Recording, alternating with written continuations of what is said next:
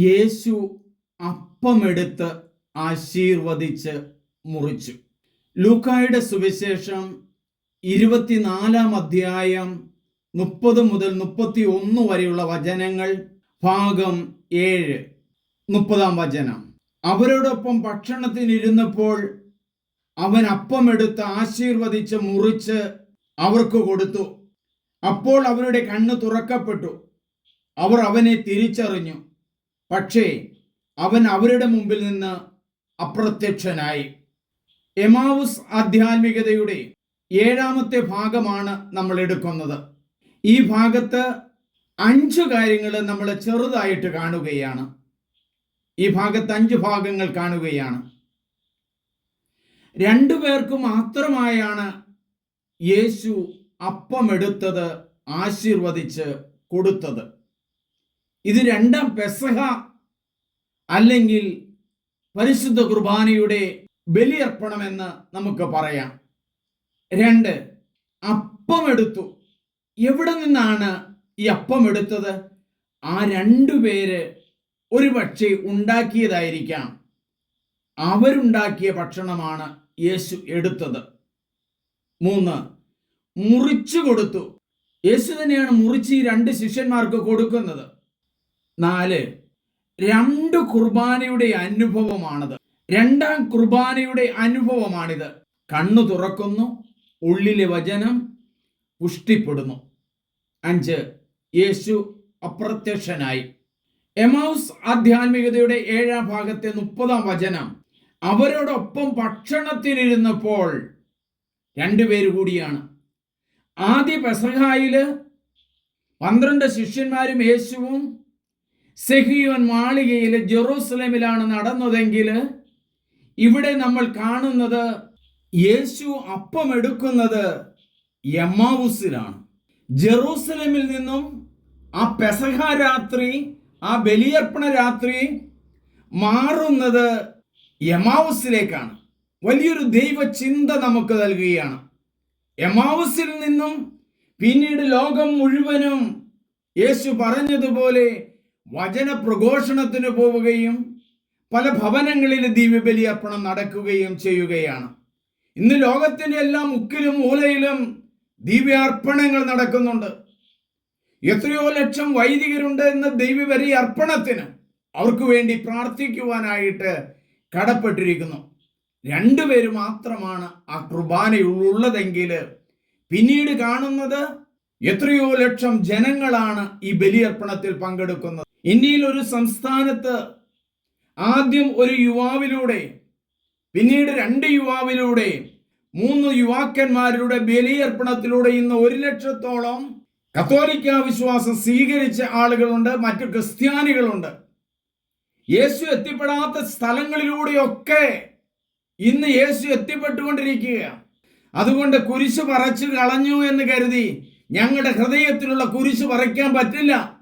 ഞങ്ങൾ അനുഭവിക്കുന്ന യേശുവിനെ നിങ്ങൾക്ക് എടുത്തു മാറ്റാൻ പറ്റില്ല.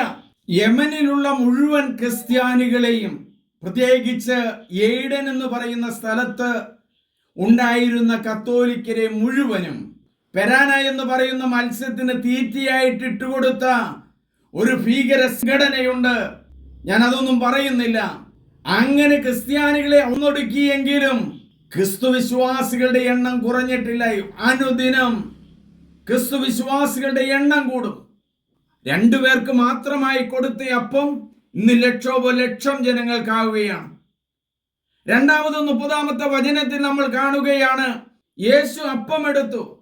ആദ്യ പെസഹായില് 2 ശിഷ്യന്മാരെ പറഞ്ഞു വിട്ട് പെസഹ രാത്രിയിൽ അപ്പം ഒരുക്കുകയാണ് എങ്കിൽ ഇവിടെ നമ്മൾ കാണുന്നത് 2 ശിഷ്യന്മാർ, ഒന്ന് ക്ലെയോഫാസ് ആണ്, മറ്റു ശിഷ്യന്റെ പേര് പറയുന്നില്ല. അവരൊരുക്കിയ അപ്പമാണ് യേശു എടുത്തത്. യേശു എടുത്ത് കൃതജ്ഞതാ സ്തോത്രം ചെയ്തു, നന്ദി പറഞ്ഞു. എന്തിനാണ് നന്ദി പറഞ്ഞത്? പിതാവായ ദൈവത്തിന്റെ പദ്ധതികള് ഈ ലോകത്ത് മുഴുവനും യേശു നടത്തി. തന്റെ ശിഷ്യന്മാരെ നിരാശരാക്കാതെ പ്രത്യാശയുടെ കിരണങ്ങൾ നൽകിക്കൊണ്ട് ഒരു വേലിയേറ്റം പോലെ അവരുടെ മനസ്സിലേക്ക് വചനങ്ങള്, പ്രത്യേകിച്ച് തോറ, നബിയും കിത്തുബിയും പകർന്നു കൊടുത്തു. ആ അപ്പം എടുത്തു, അവരുടെ ചെയ്തികളെ എടുത്തു, കൃതജ്ഞതാ സ്തോത്രം ചെയ്ത് വാഴ്ത്തി അവർക്ക് നൽകുവാൻ വാഴ്ത്തി നൽകിയെടുത്തു. മൂന്നാമത് കാണുന്നത് എന്താണ്? മുറിച്ചു കൊടുക്കുക. മുറിച്ചു കൊടുക്കുക. ഇതിനു മുമ്പ് അവിടെ വെച്ചിരുന്ന ഭക്ഷണം അവർ എടുത്തു കഴിക്കുകയായിരുന്നെങ്കിൽ പെസഹ രാത്രിയിൽ അപ്പമെടുത്ത് മുറിച്ച് ഇതെന്റെ ശരീരമാണ്, ഇതെന്റെ രക്തമാണ്, നിങ്ങൾ വാങ്ങി ഭക്ഷിക്കുവിൻ, വാങ്ങി കുടിക്കുവിൻ എന്ന് പറഞ്ഞുകൊണ്ട് ഉയർത്തി മുറിച്ച് കൊടുക്കപ്പെട്ടു. ഇതാണ് നമ്മൾ എമ്മാവുസ് സ്പിരിച്വാലിറ്റിയുടെ 7ാം ഭാഗം.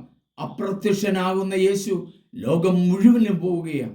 ഇന്ന് എവിടെ ബലിയർപ്പിക്കുന്നോ അവിടെയൊക്കെ യേശുവിന്റെ സാന്നിധ്യം അനുഭവിക്കുക.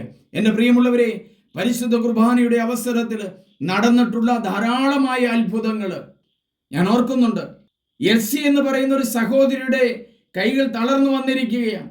ആ കുർബാന എടുത്തിട്ട് മിശിഹായുടെ ശരീരവും രക്തവും നിത്യജീവൻ നൽകട്ടെ എന്ന് പറഞ്ഞ് അവളുടെ കൈകളിൽ കൊടുക്കുമ്പോൾ ആ കൈകൾ പൂർണ്ണമായി സൗഖ്യപ്പെട്ട് ആ സൗഖ്യത്തിലൂടെ ആയിരങ്ങൾ, പതിനായിരങ്ങള് കോതമംഗലത്തുള്ള ആ ധ്യാന കേന്ദ്രത്തിൽ കടന്നു വന്ന് യേശുവിനെ അനുഭവിച്ചു. അവിടേക്ക് ആ യേശുവിനെ ബലിയർപ്പിക്കുവാനായിട്ട് എത്രയോ വൈദികരുണ്ടായി, എത്രയോ സിസ്റ്റേഴ്സ് ഉണ്ടായി.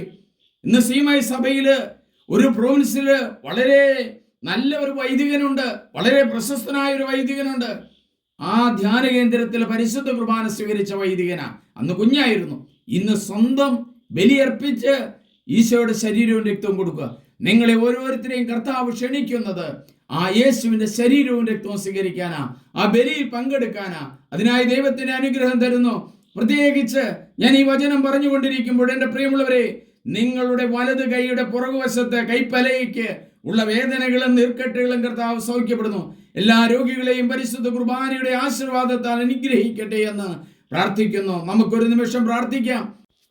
കർത്താവായ യേശുവേ, അപ്പമെടുത്ത് ആശീർവദിച്ച് മുറിച്ച് അവരുടെ കരങ്ങളിൽ കൊടുത്തപ്പോൾ അവരുടെ നയനങ്ങള്, ഉൾക്കണ്ണുകള് തുറന്നതുപോലെ ആ തുറന്ന കണ്ണിൽ നിന്നും പ്രവഹിച്ച ദൈവവചനങ്ങളും ശുശ്രൂഷകളും ഇനിയും ലോകം മുഴുവൻ നടക്കട്ടെ.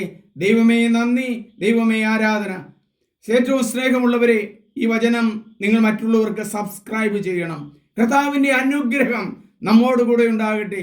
നമുക്കും ഒരുമിച്ച് പറയാം, കർത്താവെ ഞങ്ങളോടൊത്ത് വസിച്ചാലും.